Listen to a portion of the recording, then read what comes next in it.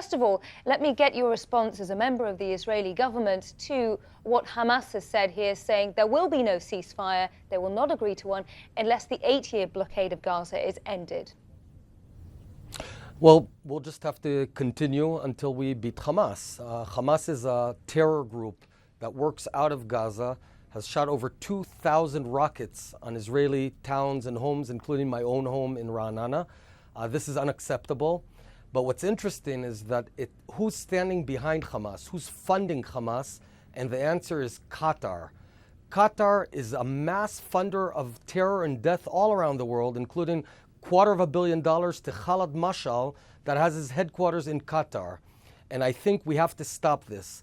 I call on FIFA to cancel the World Cup in Qatar. It does not make sense. FIFA's slogan is fair game. Well, we have to stop playing to the game of terrorists, and we have to cancel the Qatar World Cup. Just for the sake of balance here, we should point out that Qatar has denied the claims that you've made, Minister Bennett. You say that we have to, quote unquote, and I'm using your words here, beat Hamas, but at what cost here? Not financial cost, at what humanitarian cost on both sides of the border? Because we're now talking about nearly 800 people losing their lives, the bulk of whom are Palestinians who have nothing to do with Qatar and haven't had anything to do with Israel. Many of them have never actually been to Israel because they've been born inside Gaza and haven't been allowed out. I think maybe you're missing something. We pulled out of Gaza Strip 9 years ago. There's not one Jew in Gaza Strip. We pulled out back to the 67 lines, and then thereafter, Hamas started shooting missiles on my family, on millions of Israelis. It's been now almost 3 weeks that 5 million Israelis have been in shelters. Imagine in America if 200 million Americans were in shelters and 2,000 rockets were falling on New York, Chicago, Miami, and San Francisco. There's no proportionality to that. With terror, you have to fight, you have to win. This is a global war on radical Islamic terror that its source is Qatar. They're the funders. Khalid Mashal is residing in Qatar. I don't think anyone can claim otherwise. Now, there's obviously a huge cost to Israel as well. We're not just talking about the humanitarian costs in Gaza and also Israel with the loss of lives. It is actually affecting your economy, and that is your brief, Mr. Naftali Bennett. This is affecting the tourism industry. We now know that flights have resumed to Tel Aviv Ben Gurion Airport, but only just in the last hour or so. How much economic pain are you witnessing at the moment, and what are you willing to put at risk here?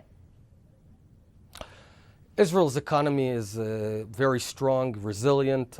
We had our best quarter of high-tech startup investments the last quarter, almost $1 billion of startup investments. Israel is the startup nation. We're very strong. Certainly we're taking a hit, but it's nothing we can't get over. We're fighting for our lives here. We're surrounded by 300 million radical Muslims, or not all of them are radical, but Muslims. It's tough. We're in a very tough area. We're a free country, the only open democracy in this region. And we have to, unfortunately, fight to defend our own homes. What can we do? So certainly our economy is an asset in terms of our resilience. And the conflict in Gaza is also having an impact on your budget as well. So far, estimates run from around about the 50 million mark in terms of the current operation.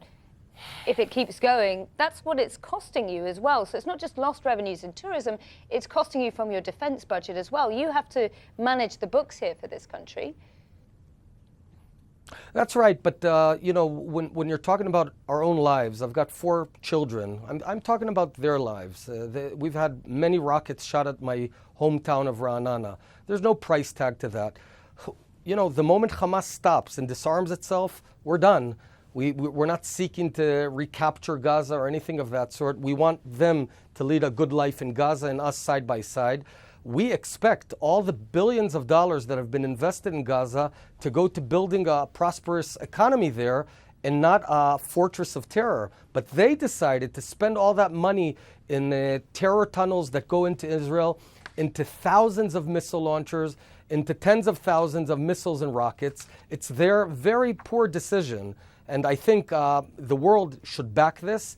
this effort to fight terror. I think everyone recognizes that this was an unprovoked attack and put it to an end. But if the world doesn't do it, we'll need to do the job.